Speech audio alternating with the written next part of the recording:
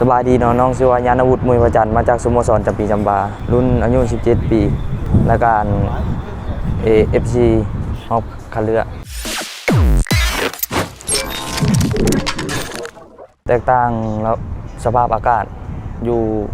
บ้านเรามันบ่คืออยู่นี่ได้พละกำลังเหงื่อแห้ง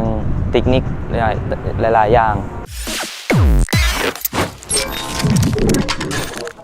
สายเฮาก็แข่งพอสมควรเหมาะเยเมนคาดหวังว่าจะเข้าฮอบลึกๆเริ่มต้นก็เริ่มเตะบานก็ประมาณป .3 เนาะมาก็ลินเตะในบ้านน้ำหมู่น้ำพูเตะในสโมสรน้อยๆจนได้มาไปคัดจำปีจำปาอยู่แข่งขมวนจนได้ขึ้นมาเตะอยู่เวียงจันทน์เนาะปี2025ได้กันสตล16 ปีสามารถได้อันดับที่ 2นักเตะในไอดอล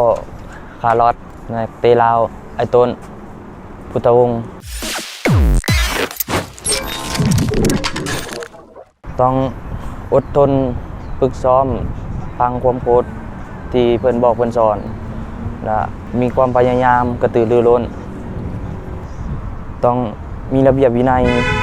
ปากแฟนบ้านชาวลาวปากชมปากเสียพวกเราเนี่ยเด้ออยู่17ทีมชาติลาว